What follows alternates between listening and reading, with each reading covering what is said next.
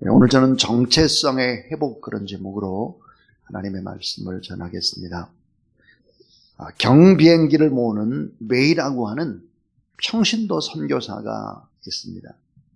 그런 선교지에서 밀림 지역이나 산악 지역에 있는 작은 부족을 찾아가는 선교사님들을 실어 나르는 것입니다. 비행기로. 얼마나 중요한 일을 하는 분이십니까?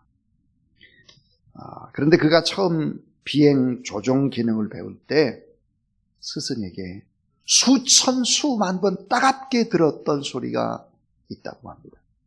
무슨 소리였을까? 스승은 이렇게 말했습니다. 메이, 당신이 비행기를 타고 하늘에 올라가면 당신의 감각을 믿어서는 절대로 안 됩니다. 당신의 눈에 보이는 비행기가 남쪽으로 간다고 느껴질 때 즉시 계기판을 보세요. 남쪽이 아니라 동쪽으로 가고 있을 것입니다. 또 비행기가 막 아래로 내려간다고 느껴지면 그때 빨리 계기판을 보세요. 계기판은 아래로 내려가는 것이 아니라 비행기가 수평으로 날고 있는 것을 보여줄 것입니다. 만약에 당신이 감각을 믿고 눈이나 귀를 믿고 당신의 마음을 믿으면 비행기 조종사는 절대로 될 수 없습니다. 큰 엄청난 사고를 내고 맙니다. 비행기를 타고 하늘에 올라가면 당신이 믿을 수 있는 것은 딱 하나, 계기판밖에는 없습니다. 당신 앞에 있는 비행기의 계기판, 거기에 집중하셔야 합니다. 그래야 귀한 선교사님들을 싣고 또 밀림이나 계곡이나 이런 쪽으로 잘 당신이 그 역할을 감당할 수 있습니다. 계기판을 믿으세요. 당신은 믿으면 안 됩니다. 이런 부탁을 받았습니다. 자, 여러분, 하늘에 올라가면 또 비행기를 타보면 좌우 분간이 잘 안 되죠. 자, 이 비행기가 시속 600km 이상으로 날고 있는데 전혀 소리가 나지 않아요. 전혀. 천천히 가는 것 같아요. 멈춰 있는 것 같아요. 만약에 여러분이 오토바이를 탄다고 하면 시속 50km 정도밖에 안 되는데도 엄청난 스피드로 달리는 것 같죠, 오토바이가. 그 속도감을 느낍니다. 우리의 감각, 결코 믿을 것이 못 된다. 만약 감각을 믿다가는 큰일 난다. 우리의 느낌, 우리의 생각, 우리의 눈, 다른 사람이 하는 얘기 믿을 게 못 돼요. 이거는 절대 진리입니다. 자, 우리는 따라하세요. 성경이라는 정확무오한 계기판을 보라. 성경이라는 정확무오한 계기판을 봐야지 세상을 보고 내 눈과 내 감각과 내 소리와 내 이 생각을 의지해서는 안 된다는 거예요. 모든 것의 옳고 그름의 판단 기준이 뭘까? 하나님의 말씀이다. 믿으시기 바랍니다. 이 하나님의 말씀을 온전히 믿고 말씀대로 살지 않으면 우리 인생이란 비행기를 잘못하고 잘못 날고 있는 거예요. 꼭 우리가 기억을 해야 합니다. 오늘부터 에베소서, 특별히 이번 새벽 기도회는 에베소서 1장만 좀 더 깊이 있게 보려고 합니다. 저는 성경 가운데 가장 많이 본 성경이 있다면 창세기부터 요한계시록까지 아마 에베소서가 아닐까 하는 생각이 듭니다. 개인적으로. 에베소서에 관한 책을 2권이나 쓰고 또 에베소서에 대한 강의를 정말 여러 번 했습니다. 자, 에베소서는 총 6장으로 되어 있는데 1장부터 3장까지는 그 주제가 뭐냐면 구원입니다. 영원무궁의 은혜입니다. 정말 영원무궁의 은혜를 우리가 받았다는 거예요. 말로 설명할 수 없는 축복을 받았다는 거예요. 무슨 축복일까를 에베소 1장부터 3장까지 이야기를 합니다. 그 다음 4장부터 6장까지는 이 진리를, 영원무궁의 은혜, 구원의 진리를 아는 것과 암과 내 삶의 조화가 있어야 된다. 암과 삶의 조화. 그러니까 에베소서는 사실은 이게 두 줄로 끝납니다. 영원무궁의 은혜, 또 하나는 암과 삶의 조화. 이게 에베소서 전체의 내용입니다. 자, 오늘 이제 정체성의 회복 그랬어요. 이게 얼마나 중요할까? 예수 그리스도를 믿고 난 이후에 받은 엄청난 축복이 올까? 신분이 바뀐 거예요. 신분. 하나님의 선택받은 하나님의 아들과 딸이 됐습니다. 이 확신들을 가지고 인생을 살아가면 모든 어려움들을 뛰어넘을 수 있는 근거가 됩니다. 핵심이 되죠. 여러분, 사실 예수 그리스도를 믿는다는 이유 하나 때문에 상처를 받는 경우들이 얼마나 많습니까? 여러분, 직장 생활할 때도 장로님으로, 안수집사님으로, 권사님으로, 집사님으로 생활할 때가 얼마나 어려움이 있습니까? 예수를 믿는 사람이 뭘 저래? 이런 말을 때로는 들을 수도 있고, 그래서 그런 데나 조심하죠. 그렇기 때문에 무능함과 무력감에 빠질 수도 있고, 늘 양보하고 지고 손해보고, 굳은 일이면 먼저 앞장서서 해야 되고, 바보처럼 살죠. 큰 소리도 한번 못 칩니다. 돈을 쓸 때도 가난한 이웃들이 생각이 납니다. 뭘 맛있는 음식을 먹을 때도 내가 이렇게 살아도 되나? 이럽니다. 이 고난주간인데 뭐 고기 같은 거 많이 먹어도 되나? 먹으면 안 되잖아. 여러분, 이런 생각을 가지고 우리가 살아가는 사람들입니다. 그런데 우리는 꼭 잊지 말아야 될 진리는, 내가 하나님의 아들과 하나님의 딸로 선택을 받았다라는 이 확신 때문에 이 모든 불이익이나 때로는 패배의식이나 무능함이나 무력감이나 이 모든 것을 이길 수 있는 힘이 뭘까? 그것은 바로 정체성의 회복이에요. 내가 누구인지를 아는 것입니다. 이건 너무 중요한 거죠. 내가 하나님의 나라의 왕자고 공주라면 조금 불이익을 당해도 그거 별것도 아니에요. 하나님이 다 들으시고 또 내가 이렇게 하는 거 하나님이 다 알고 계신다라고 하면 희생을 당할 수 있죠. 억울함을 당할 수 있죠. 기쁨으로. 그래서 스티브 맥베이라고 하는 사람이 은혜의 영성이라는 책에서 이런 말을 하고 있습니다. 하나님은 누구신가라고 하는 이 진리를 아는 것과 내가 누구인지라 이것을 아는 진리, 이것은 신앙생활에서 가장 중요한, 최고로 중요한 것이다 그랬습니다. 자, 에베소 1장 1절을 보니까 에베소에 있는 성도들 그랬습니다. 성도. 그래서 예수 안에 있는 신실한 자들에게 편지하노니 그랬어요. 자, 우리가 가져야 될 정체성 뭘까?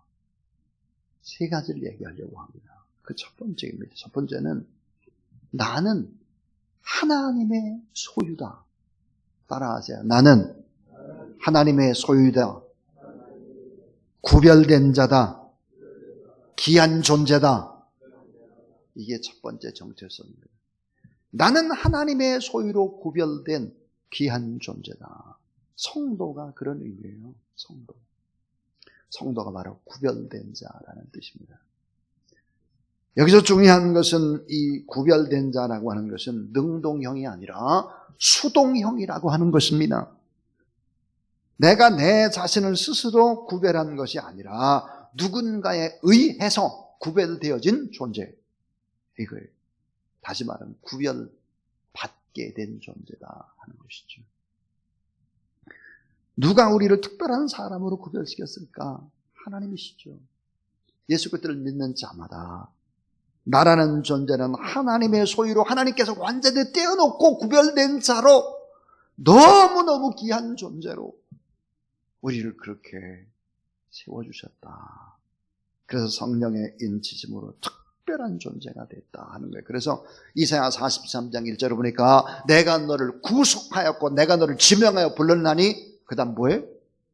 너는 내 것이라. 내가 너를 구속하였고 내가 너를 지명하여 불렀나니 너는 내 것이다. 고린도서 6장 19절 20절 너희는 너희 자신의 것이 아니라 따라하세요. 값으로 산 것이 되었으니 예수 그리스도라는 값을 주고 하나님이 샀어요. 우리를 아들 딸로 불렀어요. 귀한 존재로 구별했어요. 그러므로 우리가 말 한마디 하면 이게 엄청난 능력과 파급 효과가 있고 우리가 하나님 앞에 기도하게 되면 하늘에서 공권력이 발동을 하는 것이고 우리가 이야기를 하면 하나님이 들으신다. 자, 여러분, 내가 너를 구속했다. 이 구속이라고 하는 단어는 값을 치르고 샀다는 뜻이에요. 값을 치르고 샀어요. 죄 때문에 사탄의 소유, 사탄의 노예였던 우리를 그 아들 예수 그리스도를 주고 그 생명 그 값을 치르시고 우리를 대신 샀다는 거예요. 그래서 호적이 바뀌었어요. 호적이. 마귀의 자녀에서 호적이 하나님의 자녀로 호적이 바뀌었어요. 완전히. 예수님의 생명으로 값을 치르시고 하나님이 구별한 우리들, 하나님의 손에 붙들린 바로 우리 특별한 하나님의 사람이다. 그러니까 이 새벽에 나왔죠. 이렇게 많이 왔죠. 멀리서도 왔죠. 어둠을 가르고. 첫 번째로 중요한 것입니다. 두 번째, 나의 정체성이 뭘까? 그것은 나는 거룩함을 입은 사람이다 하는 거예요. 나는 거룩함을 입은 사람이다. 자, 하나님의 입장에서 십자가라는 값을 지불하신 예수 그리스도의 입장에서 보면 나는 너무너무 귀한 존재입니다. 특별히 거룩함을 입은 자다 그랬어요. 이게 얼마나 말이 안 되는 소리입니까? 내가 무슨 거룩한 존재, 그건 내 입장이에요. 아까 그러지요. 계기판을 보라고. 성경적인 입장에서, 하나님 입장에서 보면 정말 귀한, 너무너무 귀한 존재들이다. 자, 거룩함을 입었다. 그 말은 뭐야? 성자예요. 성자. 우리가 성자다. 세인트. 하나님의 소유가 되려면 어떻게 돼요? 거룩해야 돼요. 거룩. 예수 그리스도를 믿는 순간 예수 그리스도의 보혈로 우리를 정결케 하시고 거룩한 자로 귀한 자로 하나님께서 바꿔놓았다는 사실을 믿으시기를 바랍니다. 내가 어떻게 하나님의 소유가 됐을까? 그 해답은 하나님이 나를 거룩하게 만들었기 때문에 하나님의 소유가 되고 하나님의 귀한 자가 됐다 하는 거죠. 예수 그리스도의 보혈로 성령의 능력으로 십자가의 사랑으로 바뀌었다. 로마 카톨릭에서는 성자로 따로 구별해서 숭배를 하죠. 그건 비성경적입니다. 잘못해도 한참 잘못된 거죠. 예수 그리스도를 믿는 사람은 누구나 다 성자라는 사실을 믿으시기 바랍니다. 예수 그리스도의 보혈을 믿는 자, 그 속죄를 믿는 자 모두 다 거룩한 자고 성자고 구별된 자고 하나님의 자녀다. 이게 성경이에요. 김수환 추기경이 돌아가셨을 때 언론과 캐톨릭의 사람들을 보면 참 많이 어처구니 없는 우상 숭배를 참 많이 하고 있구나 이런 생각을 떨쳐버릴 수가 없었습니다. 성자를 수리하는 움직임을 보이고 있습니다. 또한 더 마음이 아픈 것은 왜 개신교회는 김수환 추기경 같은 지도자가 없느냐라는 글들이 수없이 올라왔습니다. 성경을 잘 모르고 너무나 의식과 정체성이 없는 많은 사람들의 글들을 보면서 참 저건 아닌데 하는 생각을 품을 수밖에 없었습니다. 자, 우리 개신교에 얼마나 귀한 분들이 있을까? 나보다는 남을 위해서 조국과 민족을 위해서 살아간 가나안 동물학교를 세운 김용기 장로님 신앙의 거장입니다. 한 손에는 성경, 한 손에는 꼭행이를 모토로 글로 봉사, 희생하면서 의식과 생활의 개혁들을 일으켰죠. 그래서 새마을운동이라든지 이런 모든 부분들이 이스라엘의 키부츠 운동이라든지 우리 김용기 장로님 가나안 동물학교라든지 이런 부분들이 잘 접목이 돼서 새마을운동을 일으켰다 그러죠. 참 한국의 슈버이차라고 불리는 성산 장기려 박사님 6.25 때 평양에서 부산으로 피난와서 무료 천막병원을 열었죠. 1968년도에 최초로 의료보험 제도를 설립합니다. 장기려 박사가. 가난한 환자의 친구로 한평생 무소유로 살아온 신앙의 거장입니다. 또 여러분, 사랑과 용서의 찬 의미를 깨워준 살아있는 돌, 산돌, 손영원 목사님. 자신의 두 아들을 죽인 원수를 양자로 삼았죠. 결국 나중에 이제 그 양자 가운데 목사님이 되고 그러죠. 참, 그리고 한센병 환자를 입으로 피고름을 빨아냈던 신앙인입니다. 그러면서 무소유로 한평생을 살아갔던 우리 한경직 목사님 같은 분들, 이런 분들 신앙의 거장이죠. 그러나 사랑하는 여러분, 이런 분들만이 성자가 아니라고 하는 거예요. 십자가에 피 흘려 돌아가신 예수 그리스도께서 우리의 모든 죄와 허물을 다 씻으셨기 때문에 의롭다고 하신 분이 하나님이시기 때문에 오늘 이 사실을, 이 진리를 믿는 모든 사람들은 누굴까? 하나님의 편에서 보면 다 의로운 자요, 성자라는 사실을 믿으시기를 바랍니다. 오늘 새벽 기도에 나온 모든 사람들이 성자고, 오늘 방송으로 이 설교를 듣는 분들도 다 성자다 하는 거예요. 하나님은 그렇게 우리에게 말씀을 합니다. 그리고 왜 그럼 성자로 불리고 우리를 거룩한 자로 세우셨을까? 성자면 그렇게 살면 안 되잖아. 성자답게 살아야지. 성자는 이렇게 사는 거예요. 여러분, 거룩한 변화, 성화라고 하는 것은 천천히 되는 것이죠. 하나님이 보실 때 거룩한 자가 거룩한 자. 자, 성도들에게 예수 그리스도를 믿으십니까? 그러면 아멘 그럽니다. 아멘. 그러나 당신은 거룩한 사람입니까? 그래 여러분, 아멘 안 해요. 예수님 편에서 보면 우리가 다 거룩한 사람들이. 아멘 또 안 하잖아 이게. 제가 말소리를 조그맣게 하니까 아멘을 안 해.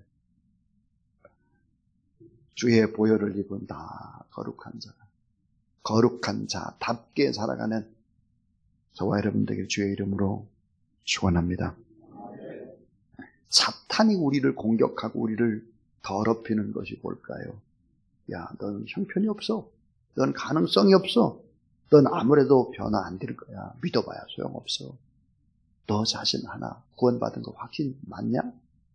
이건 전부 다 사탄의 세력이 주는 거예요. 사탄의 세력. 그것은 하나님의 입장, 예수 그리스도 입장이 아니라 나의 입장으로 생각하는 것이다 하는 거예요. 자, 이제 내가 거룩하게 살아야지. 이 말은 사실은 어때요? 맞는 말이죠. 그러나 동시에 우리가 바꿔야 될 초점이 뭘까요? 나는 거룩하다. 난 거룩하다. 선택된 사람이다. 하나님의 자녀다. 그렇기 때문에 이렇게 산다. 이것이 있어야 하는 것이죠. 마지막 세 번째 이야기. 따라하세요. 나는 신실한 하나님의 사람이다. 나는 신실한 하나님의 사람이다. 에베소에 있는 성도들과 그리스도 예수 안에 있는 신실한 자들에게 편지하노니, 신실하다는 뜻이 뭘까요? 믿음으로 행한다 이 뜻이에요. 신뢰할 만하다. 나는 신뢰할 만한 사람이다. 여러분, 이렇게 하나님이 나를 이렇게 믿어요. 끝까지 믿어야 돼, 나를. 그렇다면 내가 나를 믿어야 돼. 그런 나를 어때? 이웃이 믿어줘야 돼. 여러분, 믿지 못하는데 어떻게 변화가 돼요? 믿지 못하는데 어떻게 훌륭한 사람이 돼요? 믿지 못하는데 어떻게 행복해요? 가까운 사람이 믿지 못하는, 우리는 불행의 나락으로 떨어지고 마는 거예요. 자, 신실함이라는 단어는 믿음이라는 단어와 또 충성이라는 단어와 어원이 같은 피스토스입니다. 그러니까 신실함, 이 말은 믿음과 충성과 같은 말이에요. 예수 그리스도를 믿으면 주변의 사람들부터 이런 얘기를 들어야 돼요. 야, 저 사람은 진짜 믿음 있구나. 진짜구나. 이렇게 인정을 받아야 하는 것이죠. 자, 만약 예수 그리스도를 믿는 사람들이 세상 사람들에게 에이, 저분은 가짜야. 에이, 저렇게 살면 안 돼. 이런 얘기를 여러분 우리가 듣게 되면 어떤 치명적인 문제를 가지고 올까? 참, 믿는 사람이 저 모양이니까 하나님도 별 볼 일 없는 하나님이구나 이렇게 생각을 해요. 믿지 않는 사람들이 어때요? 하나님을 무시하기 시작하면 하나님이 무능력한 하나님으로 전락되고 마는 것입니다. 또 하나 더 무서운 것이 있어요. 그것은 이 사회에서 하나님을 추방하는, 하나님 안 계셔, 하나님 무능해, 하나님이 있는데 저렇게 살아? 이렇게 되는 거예요. 신실하지 못한 사람들 때문에 하나님을 몰아내는 사회가 되어서는 안 된다. 현대판 무신론이 우리들 때문에 생겨나서는 안 된다. 현대판 무신론이 교회 때문에 생겨나서는 안 된다. 아까 제가 서두에서 그래서 여러분에게 말씀을 드린 거예요. 이런 말씀을 받을 때는 정말로 우리가 옷깃을 여기고 그리고 예수 그리스도의 십자가를 바라보고 이 한 주간 그렇게 하나님 앞에 드리지 않은 것이죠. 만약에 여러분 그러면 하나님이 없다, 하나님은 무능력하다, 하나님은 살아계시지 않다, 이런 사회가 되고 하나님을 추방하게 되면 어떤 일들이 벌어질까? 이걸 러시아의 문학자이자 노벨상 수상자인 솔제니친이 쓴 글을 보면 다음과 같은 충격적인 고백이 나옵니다. 50년가량 러시아 혁명사에 몸을 바친 그런 수백 권의 책을 썼죠. 수천 명과 면담을 하고 나서 러시아 혁명에 대한 다음과 같은 결론을 냈습니다. 만약 6천만 러시아인의 생명을 삼킨 무서운 혁명이 왜 일어났는지 설명해 보라고 한다면 나는 사람들이 하나님을 잊어버렸기 때문이라고 되풀이해서 말할 수밖에 없다. 다른 답변은 있을 수 없고 할 수도 없다. 하나님을 잊어버렸기 때문에 6천만 명이 죽었다. 러시아 혁명사에 있는 이야기입니다. 여러분 우리가 신실하지 못하게 행동을 할 때, 교회가 교회답지 못할 때 주변의 사람들이 무섭게 하나님이 없다고 그래요. 하나님을 추방하기 시작해요. 무신론 사회가 됩니다. 그렇게 하게 되면 이 사회는 망하는 거죠. 우리는 이어서는 안 됩니다. 서로 속고 속이는 무서운 세상 속에서도 저 사람은 믿을만해, 이런 소리를 들어야 되겠죠. 저 사람은 주사랑교회 교인이야, 하나님은 정말 살아계신 것 같아, 저 사람의 모습을 보면. 이런 이야기를 우리가 꼭 듣지 않으면 안 된다. 따라하세요. 세상 사람들이 나를 통해서 하나님을 봅니다. 세상 사람들이 나를 통해서 하나님을 보는 거예요. 직장에서 나를 통해서 하나님을 보고, 학교에서 우리의 자녀들을 통해서, 예수를 믿는 우리의 자녀들을 통해서 어린 자녀들이 하나님을 보는 거예요. 그래서 여러분 우리가 꼭 이 정체성을 회복하지 않으면 안 된다. 세 가지 얘기를 했습니다. 나는 하나님의 소유다. 구별된 귀하고 귀한 존재다. 나는 거룩함을 입은 하나님의 사람, 나는 거룩한 자다, 성자다. 나는 신실한 주님의 제자다. 에베소 2장에 보니까 나는 하나님의 걸작품이라고 했어요. 최고의 걸작품, 최고의 자랑. 이게 바로 정체성입니다. 이 정체성을 회복하면, 이것을 마음에 품으면 여러분 용기를 낼 수 있습니다. 내가 좀 무시를 당하고 어려움을 당해도 난 이런 사람이야. 이 확신 속에서 믿음으로 승리해 나가는 저와 여러분, 우리 모든 하나님의 사람들 다 되기를 주님의 이름으로 축원합니다.